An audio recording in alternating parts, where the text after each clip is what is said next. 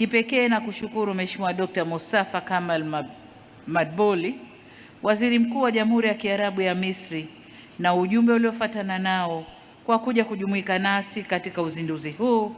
Asanteni na karibuni sana.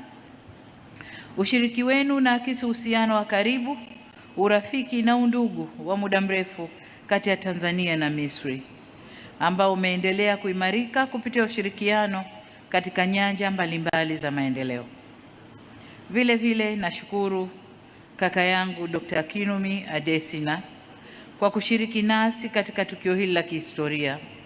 Uwepo wako ni ishara ya kuthamini jitihada zilizofanywa na hatua ambayo Tanzania imefikia katika kuimarisha miundombinu ya nishati kama msingi wa maendeleo ya uchumi wetu. Mafanikio haya ni katika utekelezaji wa lengo la kuwapatia watu 300 wa Afrika nishati safi ya umeme fikapo mwaka 2030 au Mission 300. Kazi ambayo tuliifanya kwa ushirikiano mkubwa kati ya Jamhuri ya Muungano wa Tanzania, Benki ya Maendeleo ya Afrika na Benki ya Dunia. Kwetu Tanzania tunaendelea na utekelezaji wa Mission 300 na tunakwenda kwa kasi sana. Asante sana. Nashukuru pia viongozi wote pamoja na makundi mbalimbali ya wananchi mliojitokeza kwa wingi kuja kushuhudia uzinduzi wa mradi huu wa kihistoria na alama ya umoja na utaifa wetu. Kwa ujumla, nawapongeza Wizara ya Nishati, Shirika la Umeme, TANESCO, wakandarasi, wahandisi, kamati za wataalamu zilizokuwa zikiundwa muda baada ya muda kuangalia umadhubuti wa mradi, mafundi wetu, washauri, watumishi wa serikali, sekta binafsi na wananchi wote mliohusika katika hatua mbalimbali za utekelezaji wa mradi huu. Asanteni sana. Waheshimiwa viongozi, wageni waalikwa na wananchi wenzangu, kwa kutambua umuhimu wa mradi huu, serikali yetu iliendelea kutekeleza kwa uzito unaostahili hadi kukamilika kwake. Hatukuwa na namna ya kuacha kutekeleza mradi huu kutokana na umuhimu wake mkubwa kwa maendeleo ya nchi yetu.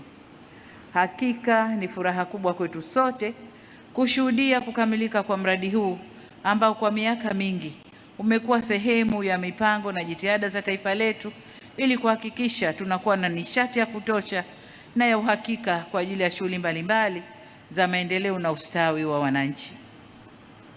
Tarehe 22 Disemba mwaka 2022 nilikuja kushuhudia kufungwa kwa njia ya kuchepusha maji ya mto Rufiji na kuanzisha rasmi ujazaji wa maji katika bwawa hili ambalo ujaji wake ulitarajiwa kuwa ndani ya kipindi cha miaka 3. Kwa neema ya Mungu, bwawa hili lilijaa ndani ya mwaka 1.5 na kuanza majaribio ya uzalishaji umeme. Kwa furaha kubwa leo tumekutana tena katika eneo hili kwa ajili ya ufunguzi wa mradi huu kwa kuwa umekamilika. Nilipowasili hapa leo nilipata fursa ya kuzindua kituo cha kuzalisha umeme na kutembelea mitambo yake pamoja na kutembelea tuta kuu na kituo cha kupokea na kusafirishia umeme kwenda kwenye gridi ya taifa. Hapa niwaambie kwamba kila kitu kimekamilika na kinafanya kazi, hatua ambayo ni fahari kubwa kwa taifa letu. Tunasema ndoto imetimia na mpango umewezekana. Kukamilika kwa mradi huu kunatufundisha jambo muhimu katika utekelezaji wa miradi ya kimkakati, kwamba uamuzi wa kuanza kutekeleza ni jambo moja, lakini kinachoamua mafanikio ni nidhamu ya ufuatiliaji, uwezo wa kuhimili changamoto na kusimamia malengo tunayojiwekea. Nami nilirithi vyema mambo hayo. Waheshimiwa viongozi, wageni waalikwa na wananchi wenzangu, utekelezaji wa mradi huu una historia ndefu. Katika hili nianze kwa kumshukuru Baba wa Taifa hayati Mwalimu Julius Kambarage Nyerere kwa maono na fikra zake za kutumia mto Rufiji kwa ajili ya kuzalisha umeme wa uhakika na kutosheleza kwa ajili ya shughuli mbalimbali za maendeleo ya nchi yetu. Pamoja na Baba wa Taifa, nawashukuru sana Rais wa awamu ya pili hayati mzee wetu Ali Hassan Mwinyi, rais wa awamu ya 3 mzee wetu hayati Benjamin William Mkapa, na rais wa awamu ya 4 Mheshimiwa Dr. Jakaya Mrisho Kikwete, kwa kuendeleza na kuenzi maono na fikra hizo za baba wa taifa. Ni dhahiri kwamba safari ya mradi huu haikuwa nyepesi. Tulikumbana na upinzani wa ndani na nje ya nchi katika awamu mbalimbali za uongozi wa nchi yetu na hata katika hatua za utekelezaji wake. Hata hivyo, mwaka 2019 serikali chini ya uongozi wa Dr. John Pombe Magufuli haikutaka kuyumbishwa tena. Iliendelea kuhakikisha fedha zinapatikana, changamoto zinatatuliwa na kazi inaanza. Tunamshukuru sana Dr. John Pombe Magufuli kwa ujasiri aliouonyesha. Serikali ya awamu ya sita ilisonga mbele, ikasema kazi iendelee hadi kukamilika kwa mradi huu. Shukrani kwa mawaziri wote waliosimamia mradi huu.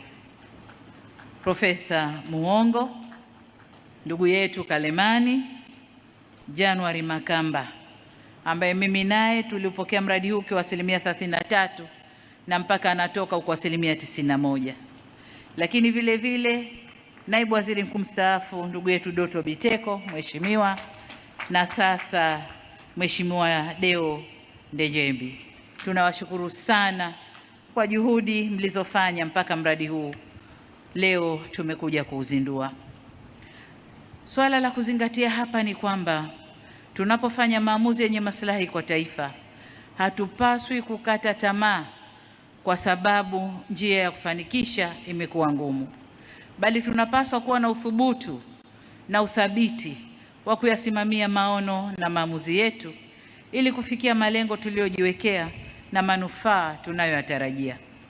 Kwa kutambua mchango wa marais wote walionitangulia, leo hii tumewapa tunzo kwa mchango wao. Ndugu zangu, mnakumbuka pia tulipokuja kufunga na kuruhusu maji sasa yaingie kwenye bwawa, tulitoa kumbukumbu, tuliweka kumbukumbu. Tulichukua mawe katika eneo ambalo tulianza kujaza maji, na tukasema mawe yale hatutayaona tena maishani mwetu. Labda ili ziwa, mimi sisemi bwawa, labda ili ziwa likauke kabisa kabisa, ndio mawe yale yataonekana.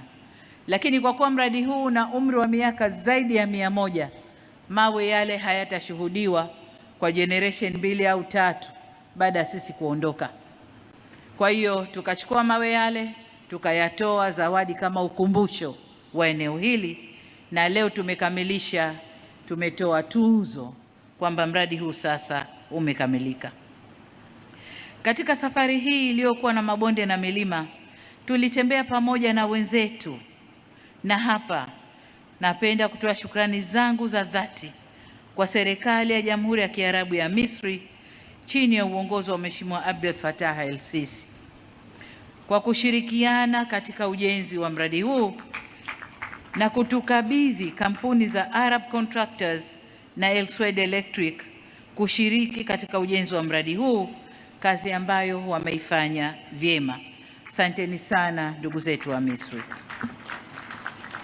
Hatua hii inaonyesha namna ambavyo nchi za Afrika zikiungana na kushirikiana zinaweza kutekeleza mambo makubwa kwa ustawi wa watu wetu, lakini pia kwa bara lote kwa ujumla. Kwa dhati kabisa natambua na kuwapongeza wahandisi, mafundi, kamati za wataalamu na wafanyakazi wote wa Tanzania ambao walishirikiana na wakandarasi katika kutekeleza mradi huu. Hakika mmefanya kazi ya kizalendo. Hongereni sana na jambo letu limekuwa. Ninapomalizia shukrani zangu, nawiwa kuwashukuru sana wananchi wa maeneo yanayozunguka mradi huu pamoja na viongozi na watendaji wa mikoa ya Pwani na Morogoro kwa ushirikiano mzuri mlioutoa katika kutekeleza mradi huu. Asanteni sana na hongereni sana. Kama tulivyosikia, kituo hiki kinachangia nusu ya umeme unaotumika nchini hivi sasa. Ongezeko hili limesaidia kuondoa kadhia iliyokuwepo ya kukatika kwa umeme mara kwa mara na kusababisha usumbufu kwenye uzalishaji viwandani, utoaji wa huduma ikiwemo mahospitalini na hata matumizi majumbani. Megawati zinazozalishwa na kituo hiki zimeongeza uwezo wetu wa kuzalisha na kuwa na akiba ya kutosha ya umeme. Hivyo basi, tuna imani kwamba mradi huu utaongeza fursa za biashara, uwekezaji, uzalishaji, kutengeneza ajira na kuongeza kipato cha mtu mmoja mmoja na pato la taifa kwa ujumla. Hivyo natoa wito kwa wananchi kuchangamkia fursa zitokanazo na mradi huu. Ndugu wananchi, tunavyoendelea mbele, ili umeme huu utumiwe na wananchi wote, ni lazima tuendelee na ujenzi wa miradi ya kuimarisha gridi ya taifa, ikiwemo ujenzi wa njia za umeme ya kilovati 400 kutoka Chalinze hadi Dodoma, ambayo waziri ameieleza hapa, yenye urefu wa kilomita 345, lakini vile vile upanuzi wa kituo cha kupokea na kupoza umeme kule Zuzu mkoani Dodoma. Na furaha kuwajulisha kwamba njia hiyo ya umeme imekamilika na imeshawashwa rasmi juzi tarehe 20 Agosti 2026, na sasa Dodoma umeme ni wareware. Hakuna tena kukatika, labda hitilafu za kwenye mitambo, lakini 24/7 Dodoma umeme wa uhakika. Na jambo jingine ni kwamba muda baada ya muda tulikuwa tunaibia umeme wa SGR, lakini sasa line ya Dodoma imekamilika, SGR ina umeme wake na haitaingiliwa kwa aina yoyote ile. Njia hiyo ya Dodoma itaendelea kusafirisha umeme unaozalishwa katika bwawa la Mwalimu Nyerere kwenda mikoa ya kanda za nyanda za juu kusini, kanda ya kati, kanda ya ziwa, kanda ya magharibi na kanda ya kaskazini kupitia kituo kile cha Zuzu. Hivyo nikutake Waziri wa Nishati pamoja na TANESCO kuhakikisha miradi hii inakamilika kwa haraka ili umeme ufike katika kanda hizo kwa haraka.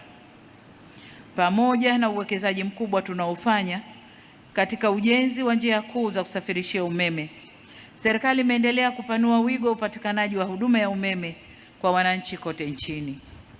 Hadi sasa vijiji vyote 12,318 na takriban 62.4% ya vitongoji vya Tanzania bara vimefikiwa na umeme.